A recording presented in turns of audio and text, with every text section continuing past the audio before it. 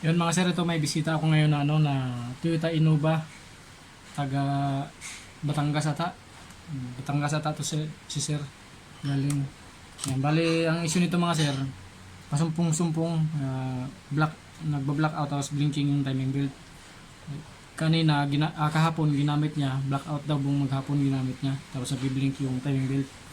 Tapos kanina nung ginamit niya umaga, papunta sa dito, blackout ulit tapos nagbi-blink yung timing belt. Pero nung malapit na sa dito hanggang sa pagdating dito, biglang tumino yung yung panel gauge, nagnormal, nagkaroon ng display, gumana lahat, nagfunction lahat ng gauge, tapos nawala yung blinking yung timing belt hanggang sa pagdating dito.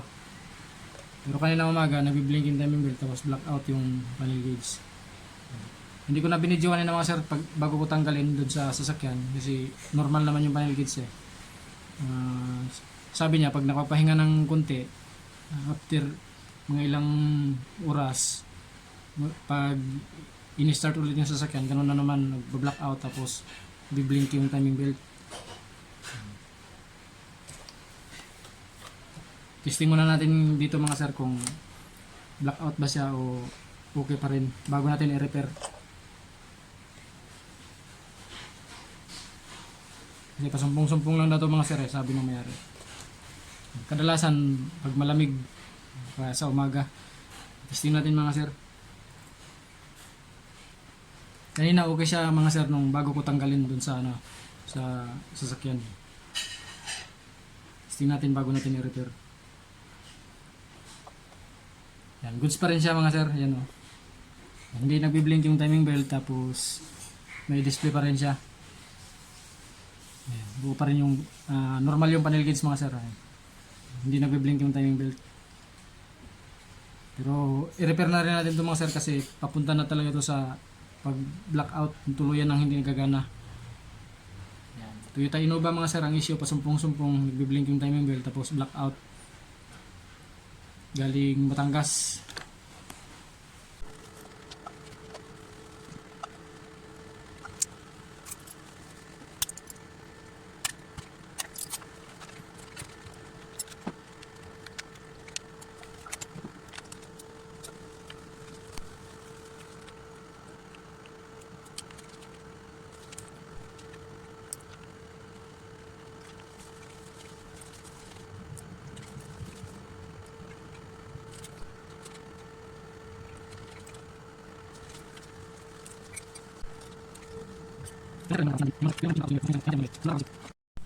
Yan lang sir, bago natin ikabit tong panel gauge sa mismong sasakyan, i-power up ulit natin dito mga sir kung magkaka-power pa rin kasi kanina good siya. Ngayon mga sir, i-power up ulit natin bago natin ikabit. Tapos ang gagawin ito ng mayari mga sir, observe na lang niya kung babalik pa rin yung blinking yung timing belt tapos mag-blackout. Kasi pasumpong-sumpong lang kasi ito mga sir, katulad kanina gumana sa bigla habang papunta dito hanggang sa pagdating dito. Tsaka nung pag-testing ko dito okay rin siya. Pero naayos ko na to mga sir, na repair ko na yung issue nito. Power up natin mga sir. Goods pa rin siya mga sir, after repair goods pa rin siya. Kaya observe na lang to ng may-ari. Toyota Innova mga sir, ang issue blinking na timing belt tapos blackout, pasumpong-sumpong. Kabit na natin to sa unit mismo mga sir.